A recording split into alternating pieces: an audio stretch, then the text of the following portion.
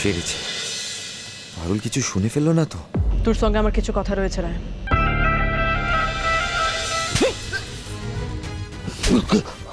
মারো মারো।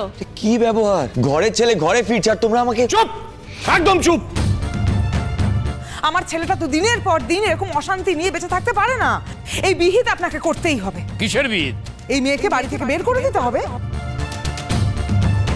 বড় বৌমা, মেয়েটার নিজের প্রাণের ঝুঁকি নিয়ে জমের মুখ থেকে দাদু ভাইকে ফিরিয়ে নিয়ে এলো, তুমি সেই মেয়েকে বাড়ি থেকে বেরিয়ে যেতে বলছো?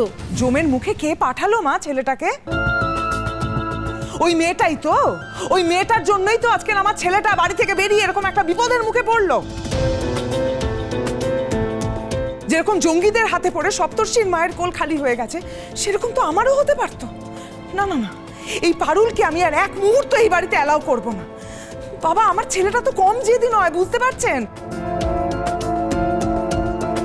আজকে যদি পারুল ফিরে আসে তাহলে তো আবার পারুলের সাথে কম্পিটিশন করবে, আর সেই কম্পিটিশনে যদি পারুল জিতে যায় তাহলে ও ঘর ছেড়ে দেবে, ও আবার চাকরি ছেড়ে দেবে এবং ও আবার সন্ন্যাস নিয়ে বাড়ি ছেড়ে চলে যাবে। তাও তো এবার এই জঙ্গি ঘটনা ঘটেছিল বলে আমার ছেলের খোঁজটা পেয়েছিলাম। এরপরে জানি না, ভগবান না করুক, কোথায় না কোথাও কোনো যদি বিপদ ঘটে তাহলে তো আমি সেই খবরটাও পাবো না। তখন কি হবে? একবার ঘর ছাড়ার বীজ যখন আমার ছেলের মনের মধ্যে ঢুকে গেছে, তখন তাকে কি আর আমি ঘরের মধ্যে আটকে রাখতে পারবো? আমি মা হয়ে তখন কি করব?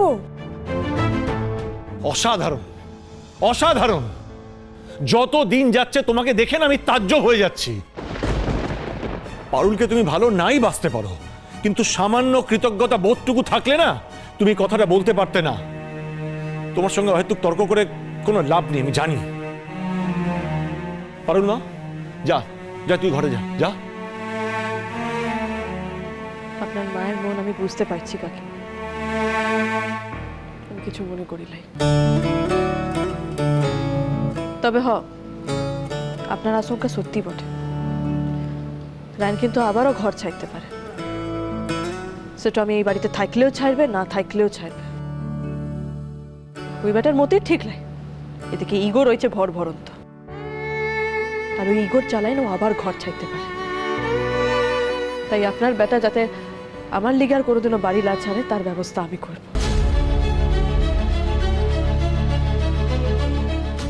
আবারও কথা দিলাম কাকিমা।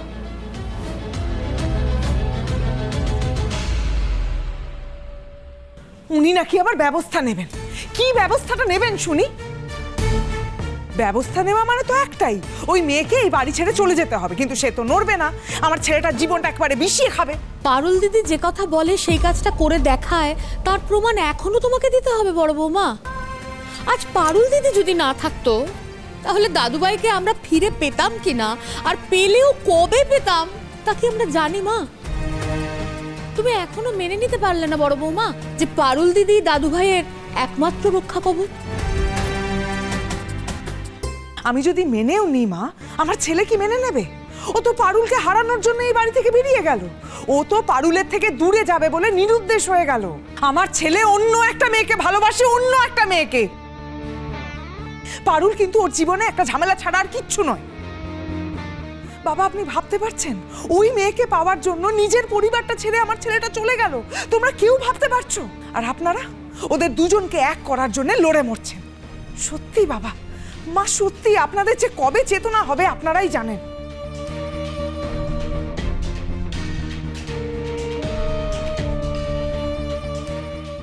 বাবা, বলছি যে আপনার বৌমার সব কথা ফেলে দিলেও একটা কথা কিন্তু আমারও মনে হচ্ছে, এই সন্দেহটা আমারও হচ্ছে বাবা, যে রায়ান কি সত্যি অন্য কোনো মেয়েকে ভালোবাসে? না বড় খোকা, রায়ান পারুলকেই ভালোবাসে। তাহলে ও বলছে না কেন দাদু?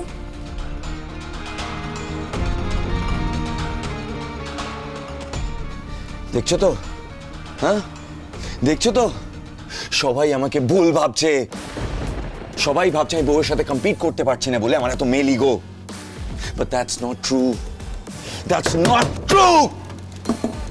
বাবা, দাদু, সবাই ভুল ভাবছে। বিষয়টাকে না খুব উপর থেকে দেখছে, সুপারফিশিয়াল লেভেলে, সারফেস লেভেলে দেখছে। আমি মনে করি আমি মনে করি সম্পর্কে সমান সমান না হলে সেই সম্পর্ক টেকে না। কাকে বোঝাই এটা? আমি পারুলকে পেয়ে ওকে হারাতে চাই না, ওকে আমি ধরে রাখতে চাই। পারুল পারুল আমার থেকে অনেক অনেক এগিয়ে থাকা একটা মানুষ। আমি ওকে পেয়ে হারাতে চাই না, আমি ওকে ধরে রাখতে চাই। আমার মনের ভিতরে কি চলছে সেটা একমাত্র আমি বুঝি, যে যাই বলুক, আই ডোন্ট কেয়ার। আর পারুলের জন্য যোগ্য হওয়াটাও না ওকে ভালোবাসার জন্যই, ওকে ধরে রাখার জন্য। It's important. কি ঠিক ভাবছি তো? বলো বলো না। Right, I am right. You also know it, I am right. তুমি কিছু বলতে পারছো না কারণ তোমার কিছু বলার নেই। তুমিও জানো আমি যেটা ভাবছি, যেটা বলছি সেটা ঠিক বলছি, ঠিক ভাবছি। আর আমি না, আমি এটা জাস্ট ছেলে বলে বলছি না, মেয়ে হলেও একই কথা বলতাম। আমার বিলিফ সিস্টেম কোনোদিনও বদলাবে না, নেভার।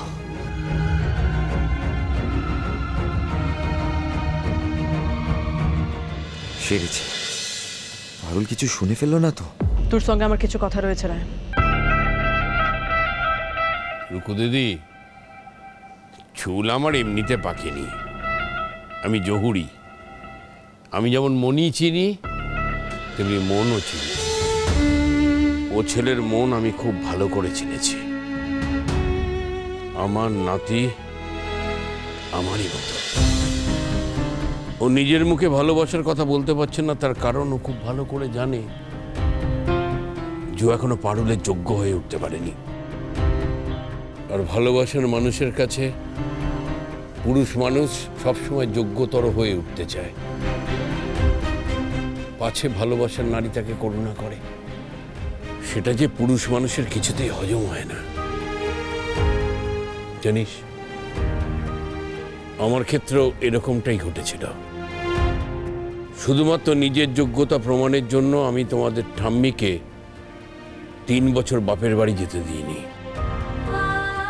তখন নাড়া গোয়াল থেকে সবে কলকাতায় এসে সোনার দোকানটা খুলেছে। টাকা পয়সার খুব টানাটানি তখন। অথচ বিয়ের পর প্রথম জামাই ষষ্ঠী, সেদিনটায় খুব গরম পড়েছিল। আমি ট্রাম থেকে নেমে তোদের ঠাম্মিকে নিয়ে হেঁটে হেঁটে শ্বশুরবাড়ির দিকে যাচ্ছি। হঠাৎ রাস্তায় দেখি ওর দিদি জামাইবাবু